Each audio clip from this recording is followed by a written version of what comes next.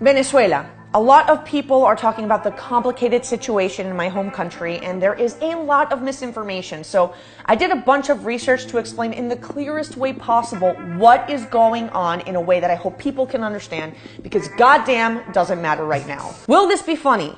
No, I am very much not in a funny mood. So let's begin with some important bullet points. 1. What is happening in Venezuela is not a US-backed coup.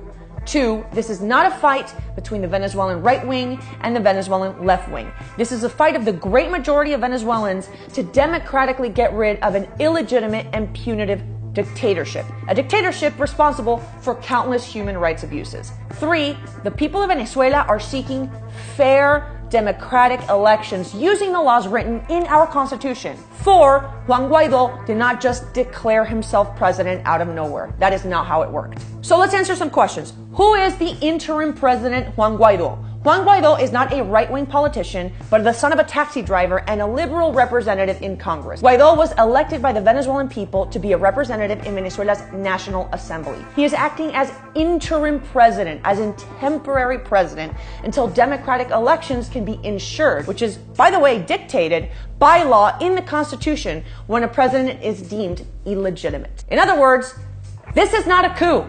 Next question.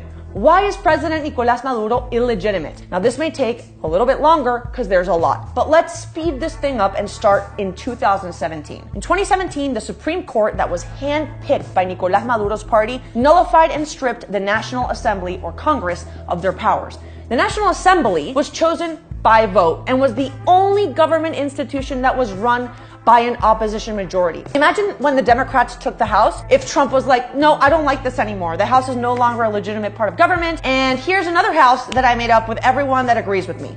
Americans would be furious. So too are Venezuelans. Venezuela erupted in protests. Hundreds of protesters, most of them teenagers, were detained, some of whom were tortured and murdered. Meanwhile, despite these protests, Maduro made his own Congress that he could control, just like that. Fast forward to May 20th, 2018, where this illegitimate Congress calls for presidential elections. Now, during these elections, the most popular opposition candidates are either jailed, exiled, or banned from running. In other words, there is no legitimate way for the opposition to run. So these sham presidential elections are held anyway by Maduro's government, where only 20% of the population voted. However, a lot of the 20% were public employees who were intimidated into voting by threats from the government. These were called illegitimate elections, not just by the Venezuelan people, but by the international community. Everyone was on board saying, yeah, this shit's f***ed up, and if it's anything, it's definitely undemocratic.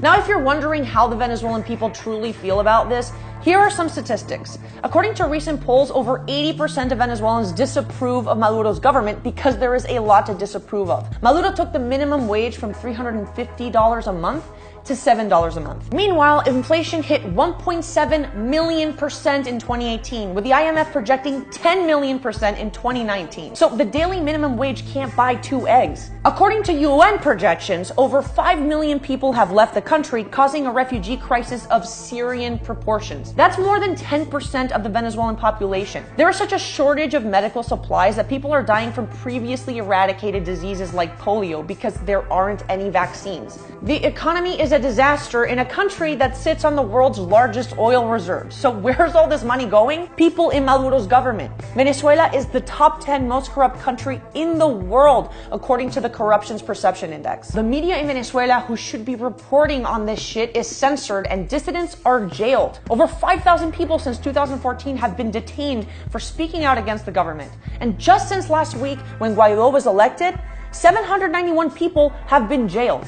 So what is happening now? Interim President Juan Guaido has been backed by the international community. Yes, this includes the United States, but do you know who else backs Juan Guaido that isn't Trump?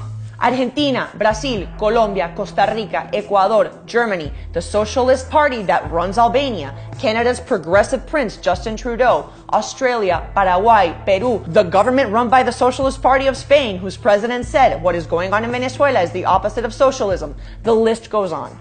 So that was a lot of information, and I am exhausted. And I'm not exhausted because I had to explain this to you, but I'm exhausted because the situation in Venezuela has been talked about in the forms of political ideologies and politicians and political leanings, and it's the conversation has completely strayed away from what actually matters, which is the Venezuelan people.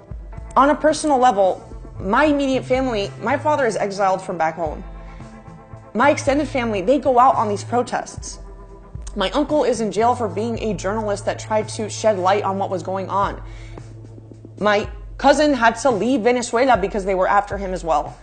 This has affected everybody on a human level. And it doesn't matter what leanings you have in an ideological political standpoint. This is about people. This is about people wanting their country back. That's it. And if you have any more questions, ask a Venezuelan, and they can tell you from their personal human level how it's affected them. Please listen.